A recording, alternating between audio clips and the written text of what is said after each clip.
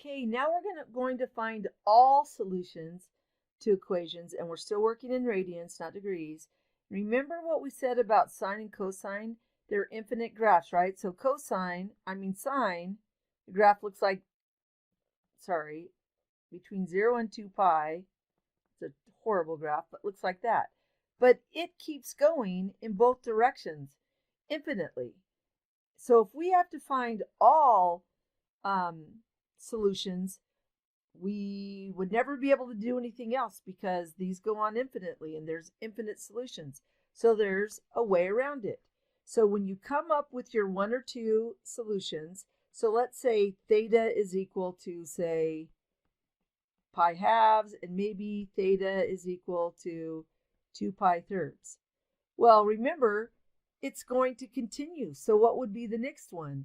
Well, for sine, cosine, secant, and cosecant, remember when we're doing those graphs and we use the entire table between 0 and 2 pi. So all we're going to do to say all solutions is we're going to take this pi halves and we're going to tack on 2 pi. But if we tack on 2 pi, that's just one more answer. Well, then we'd have to tack on another 2 pi, plus 2 pi, then plus 2 pi. So the way around that is, if you put an n right there, that's going to represent for all integers. So, and it's actually technically, because you can go in the forward or the positive or negative direction infinitely, we're going to tack on, we're going to add 2 pi, so n could be 1. We just want to go around one time. But what if we want to go around 10 times and we want to know what the theta is? That n represents that you can go on infinitely. So that's really important. So it would be 2 pi plus or minus 2 pi thirds, and then it would be, plus or minus 2 pi, then it would be 2 pi thirds plus or minus 2 pi n. All right, so let's do, not necessarily here, I'll pause it. Okay, so this one only has 2 steps, really.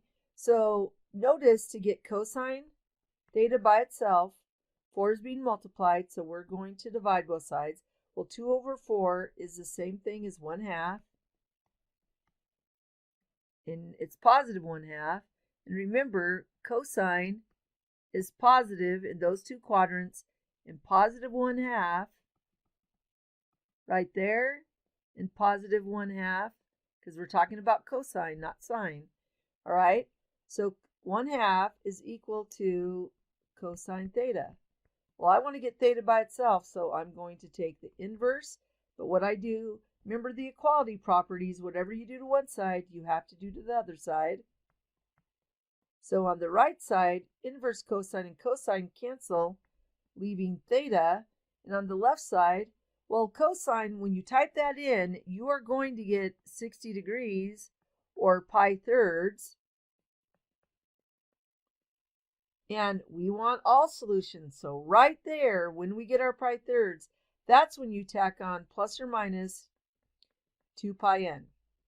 And now we have to put a comma, because now we're down here at 5 pi thirds. So the theta also equals 5 pi thirds plus or minus 2 pi n. So maybe I should put the equal sign there and just a really big theta.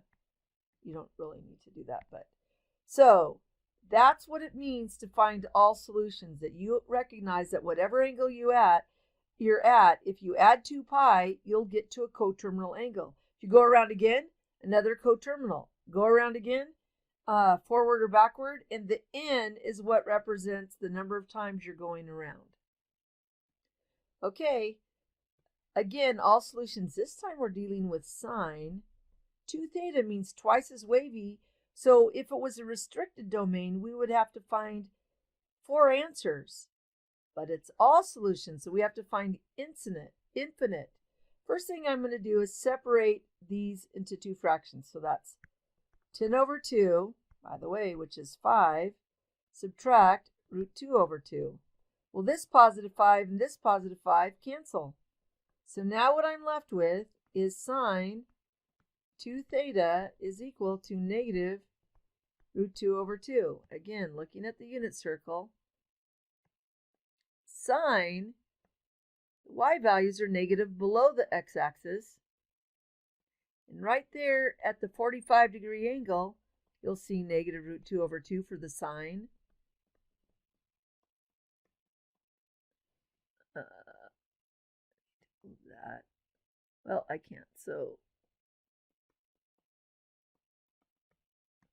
Well, those are at the 45-degree angles, so that one right here is 5 pi fourths and 7 pi fourths. So when we take inverse sine, because now it's not cosine, whatever you do to one side, you have to do to the other. For this one right here, now when you get it, it's actually going to say negative 45 degrees. Remember, this angle right there is both 315 degrees and negative 45 degrees. So don't let that negative sign mess you up. It will say negative 45. That's the same as 315 degrees, which is 7 pi fourths. And then you also have to look on your unit circle. So we have 5 pi fourths. And we have 7 pi fourths. Well, now on this side, we have 2 theta.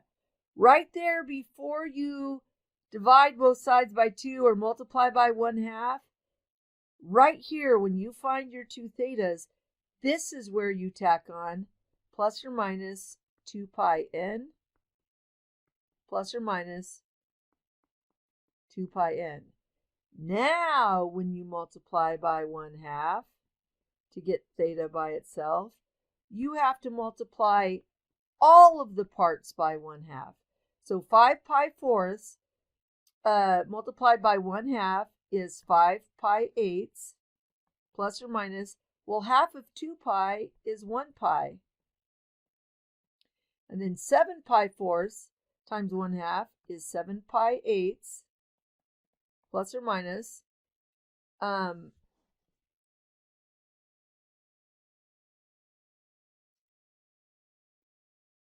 2 pi n is what I meant to do. And then 1/2, oh, I knew this was coming. 1/2 of 2 is just pi n. So this is all solutions because of that n right there. So be careful at the very end, before you multiply by the reciprocal, you first tack on the 2 pi n. If it's tangent or cotangent, you just tack on pi n. All right, so for all the solutions, I didn't do a tangent one. We'll end up doing a tangent one. But that is it for the all solutions video.